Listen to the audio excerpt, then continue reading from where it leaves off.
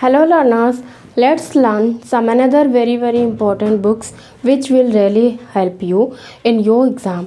तो हम लोग बात करेंगे आज जो बुक्स हमने मेंशन की हैं वो बहुत इम्पॉर्टेंट है, बहुत इजी भी है। तो जिन लोगों को पता है इनका answer that is very good thing, और अगर आपको नहीं पता है तो आप अपने आप को टेस्ट कर सकते हैं कि आपको अभी और मेहनत करने की नीड है, क्योंकि ये बुक कुछ तो बहुत सिंपल हैं जो ऑलरेडी आपको दिख जाएंगी कि किसी न किसी एग्ज़ाम में आती हैं, और कुछ जो हैं वो नई बुक भी आपके लिए साबित हो सकती हैं। तो चलिए शुरू करते हैं। पहले मैंने लिखी है हिस्ट्री एंड क्लास कॉन्शियसनेस। ये बुक किसकी है? ये बहुत कॉमन है जिनकी बुक है, और ज़्यादातर एग्ज़ाम में इनकी एक ना एक बुक ज़रूर पूछी जाती है। तो ये वाली बुक है जॉर्ज लुकास की।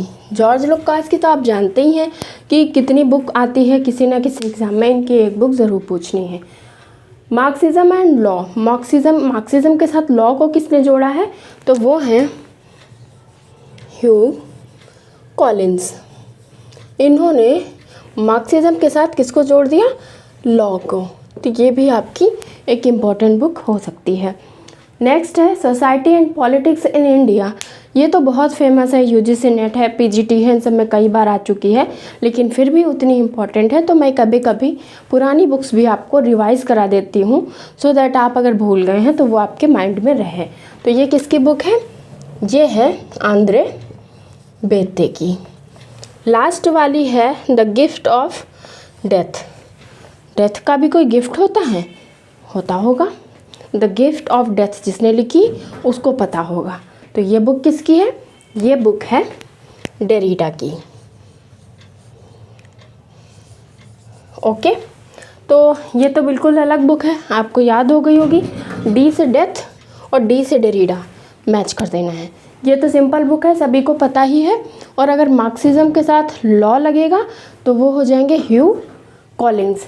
हिस्ट्री के साथ क्लास कॉन्शियसनेस होगी तो जॉर्ज लुकास। ओके, तो मुझे लगता है चारों ही बुक्स आपको बहुत अच्छे से लर्न हो गई होंगी। और आप देख लीजिए, मैं सिंपल बुक्स भी रिवाइज़ कराती हूँ। अगर आपको नहीं याद आता है तो अभी आपको काम करने की नीड है, तो जुट जाइए और काम करिए। फटाफट इन बुक्स को रिवाइज़ करते रहिए, और इसी तरह हम आपके सामने बुक्स लाते रहेंगे, डेफिनेशन कॉन्सेप्ट लाते रहेंगे, तो आपके दिमाग में कहीं ना कहीं वो रिकॉल होती रहेंगी चीज़ें। Okay, thank you for watching the video.